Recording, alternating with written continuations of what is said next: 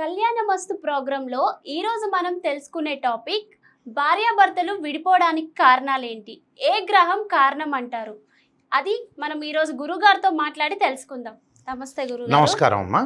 భార్యాభర్తలు విడిపోవటానికి మనం జాతకాన్ని ఆలోచన చేస్తే ప్రత్యేకంగా సహజసిద్ధంగా మనం ఏదైనా సరే భార్యాభర్తల యొక్క బంధం అనేది చాలా గట్టిది. అంటే వైఫ్ అండ్ హస్బెండ్ రిలేషన్ అనేది ఒక బాండింగు, ఒక mutual understanding, difference of opinions లేకుండా ఇద్దరు కూడా ఉన్న కాలం, అంటే లైఫ్ స్పాన్ అనేది ఎంతవరకు ఉంటుందో అంతవరకు కూడా లైఫ్ను లీడింగ్ చేసే కాలం అనేది, ఒక పీరియడ్ ఆఫ్ టైం అనేది భార్యాభర్తలు బాండింగ్గా ఉండి ముందుకు వెళ్ళాలి. అంటే భార్యాభర్తలు సఖ్యతగా ఉండటానికి కూడా, సఖ్యతగా ఉండటము, మంచి సంతానము, మంచి ధనము, అలానే ఆహ్లాదకరమైన వాతావరణం ఉండాలంటే భార్యాభర్తలు ఎప్పుడు కూడా విడిపోకుండా ఉండాలి. చాలా కాలం కూడా ఈ మధ్యకాలంలో చాలామంది విడిపోతున్నారు.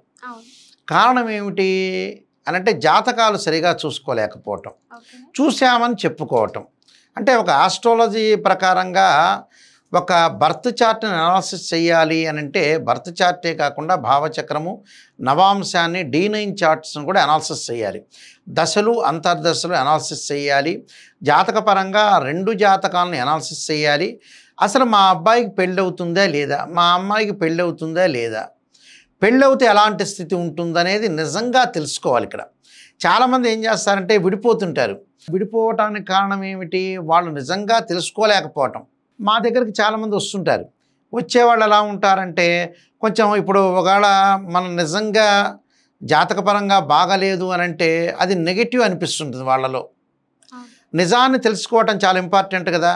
జీవితంలో సత్యం తెలుసుకోవటం చాలా ఇంపార్టెంట్. అది చెప్పే జ్యోతిష్యుడికి పెద్ద నష్టమేం జరగదు. కానీ చెప్పించుకున్న వాళ్ళకే అనవసరంగా వాళ్ళు సత్యాన్ని గ్రహించకుండా జ్యోతిష్యం ప్రకారంగా కరెక్ట్గా ఒక ఆస్ట్రాలజర్ దగ్గర అప్రోచ్ అయినప్పుడు, కరెక్ట్గా ఒక గురువుగారిని అప్రోచ్ అయినప్పుడు కరెక్ట్గా తెలుసుకోవాలి.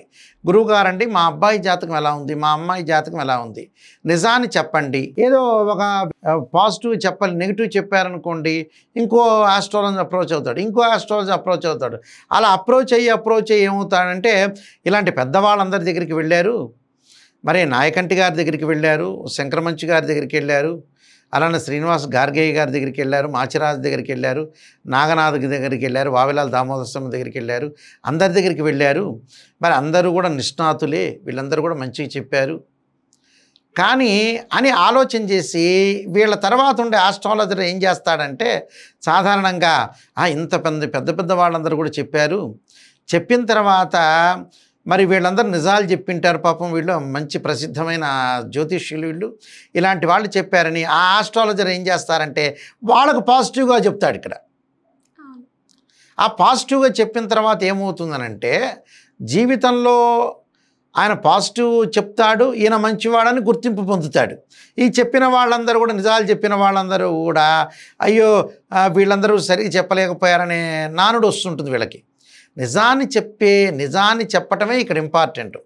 ఏ ఆస్ట్రాలజర్ అయినా, నాతో పాటు సహచరులు ఎవరైనా సరే, నాగనాథ్ గారు కానీ, వావిలాల్ దామోదర్ శర్మ కానీ, శంకరమంచి గారు, వాళ్ళందరూ నిజాలు తెలుసుకోవాలి. వాళ్ళ ద్వారా, మాలాంటి పెద్దవాళ్ళ ద్వారా నిజాలు తెలుసుకుంటే కరెక్ట్గా ఉంటుంది. అయితే వీళ్ళు నిజాలుగా కొంతమంది తెలుసుకోలేరు.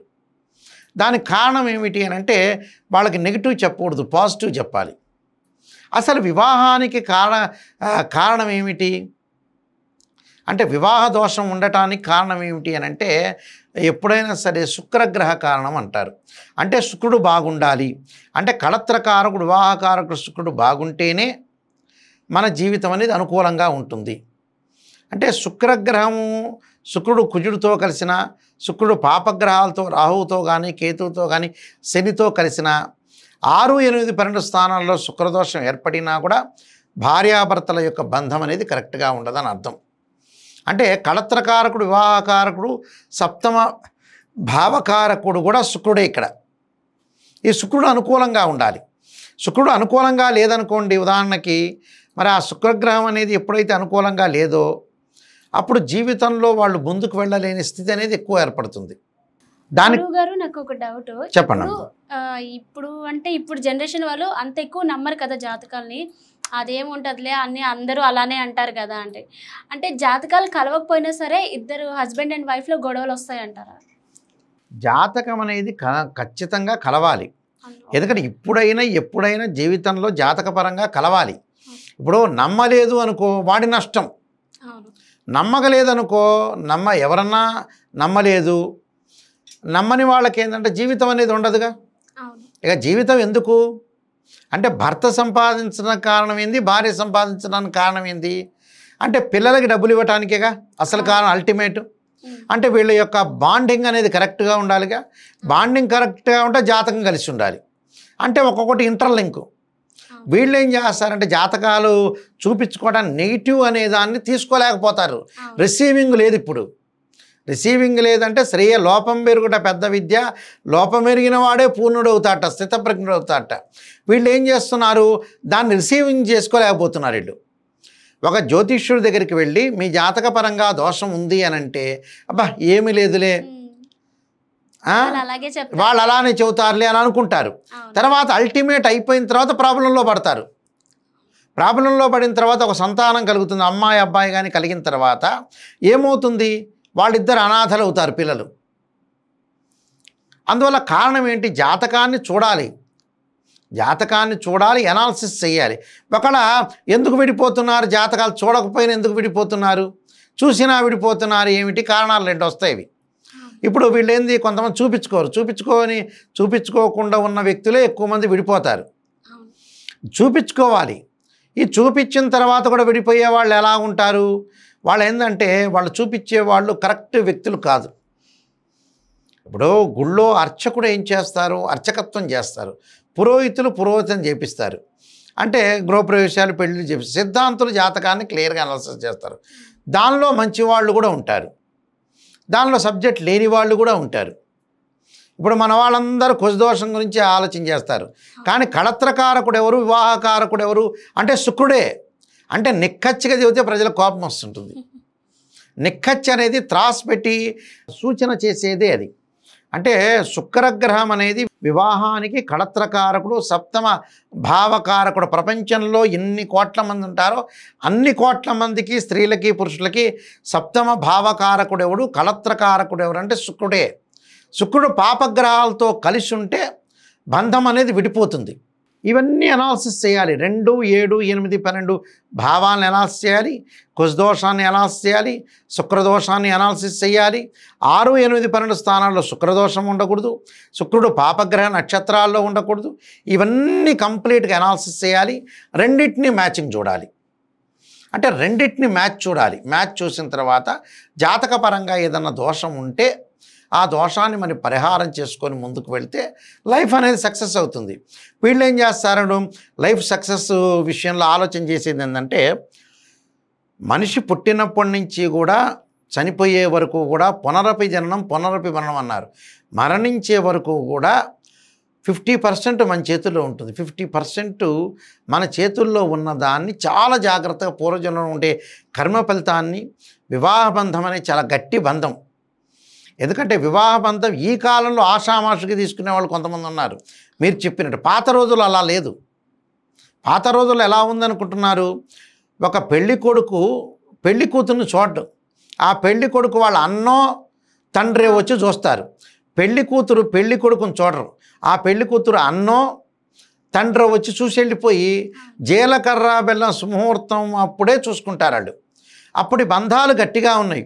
అంటే అప్పుడు గ్రహాలు కూడా ఎలా ఉన్నాయంటే ఒక రాశి చక్రంలో అన్ని విడివిడిగా ఉన్నాయి గ్రహాలు. ఇప్పట్లాగా షష్ఠ గ్రహ కూటమని, పంచగ్రహ కూటమని, చాతుర్గ్రహ కూటమని ఇలాంటి గ్రహ కూటములు తక్కువగా ఉన్నాయి. ఆ గ్రహ కూటములు తక్కువగా ఉండటం శుక్రగ్రహం అనేది మంచి స్థానంలో ఉంది పాత రోజుల్లో. ఇప్పుడేంది, శుక్రుడు నీచబట్టం, అలానే శుక్రుడు శత్రుక్షేత్రంలో ఉండటం, నీచ స్థానంలో ఉండటం, శుక్రుడు పాపగ్రహాలతో కలిసి ఉండటం, అలానే పాపగ్రహ నక్షత్రాల్లో ఉండటం, అసలు కళత్రకారకుడు శుక్రుడు కరెక్ట్గా లేకపోవటం, 2, 7, 8, 12 భావాలు బాగా లేకపోవటం వల్లనే వీళ్ళు విడిపోతున్నారు. Correct match చూసుకోవట్ల. ఇంకొక సంఘటన ఉంది ఇందులో విడిపోవడానికి కారణం. ఈ జాతక చక్రాన్ని చూపించేటప్పుడు మామూలు వాళ్ళకి తెలియని వాళ్ళకి చూపిస్తుంటారు. అసలు గ్రహాల యొక్క డిగ్రీలను కూడా అనాలిసిస్ చేయాలి. గ్రహాల యొక్క డిగ్రీలు కూడా అనాలిసిస్ చేసి ముందుకు వెళ్ళాలి. గ్రహాల యొక్క డిగ్రీలు చూసి జాతకపరంగా ఇన్ని డిగ్రీల్లో ఈ గ్రహం ఉంది, అది ఉచ్చలో ఉందా, నీచలో ఉందా, స్వక్షేత్రంలో ఉందా, ఏ గ్రహాల యొక్క కాంబినేషన్ ఉందని కూడా చూడాలి. చూస్తేనే మనకు తెలుస్తుంది, లేకపోతే తెలియదు. ఇలాంటివన్నీ అనాలిసిస్ చేయకుండా ఏదో చూపించామండి, మేము ఒక వ్యక్తి ఎవరో ఉన్నారు, పాపం ఏదో ఆయన ఇచ్చింది ఏదో తీసుకుంటున్నారు దక్షిణ అని వీళ్ళు ఆ ఇచ్చింది ఏదో తీసుకొని ఈ జనాలు కొంత డబ్బులు లోభి అంటారు చూడు, లోభత్వంతో వాళ్ళకేదో ఆ దక్షిణ తాంబూలం పెట్టి ఆయన కూడా అలానే చూస్తాడు. అలాంటి వాళ్ళు దొరికించుకొని ఫంక్షన్ హాల్లోనేమో లక్షల కోట్లు పెట్టి తిన్నంత తిని ఒక 50 వంటకాలు చేసి ఆ తిన్నంత తిని ఆ కుక్కలకు పడేస్తుంటారు వీళ్ళు. అలాంటి లోభత్వం వల్లనే ఇక్కడ జాతకాన్ని కరెక్ట్గా చూసుకోలేక ప్రజలు ఫెయిల్డ్ అవుతున్నారు. అది కారణం, శుక్రగ్రహ కారణం. ఆ శుక్రుడు కూడా అనుకూలంగా ఉండాలి, వీళ్ళు కూడా పర్ఫెక్ట్గా చూపించుకొని ముందుకు వెళ్తేనే వీళ్ళకి మంచి సుఫలితాలు జరిగే అవకాశం ఖచ్చితంగా ఉంటుందమ్మా. చాలా బాగా వివరించారు గురుగారు. నమస్కారం. నమస్కారం అమ్మా.